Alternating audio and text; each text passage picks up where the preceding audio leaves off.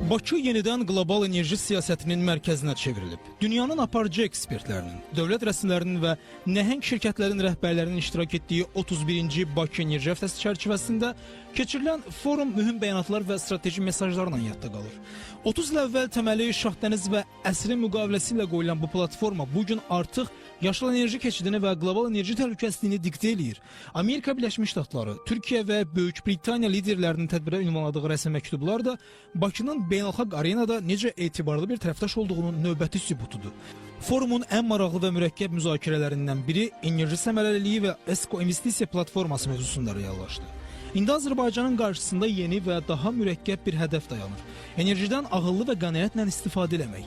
Energetika Nazirinin müavini Elnur Sultanov da Real TV-yə verdiyi müsahibəsində bildirdi ki, həm neft-qaz, həm də bərpa olunan enerji sahəsində artıq asan əldə edilən nəticələr gerdə qalıb. İndi proseslər daha təfərrüatlı və daha böyük peşəkarlıq tələb eləyir. Bizə elə gəlir ki, çox ciddi işlər görülməlidir maarifləndirmək üçün.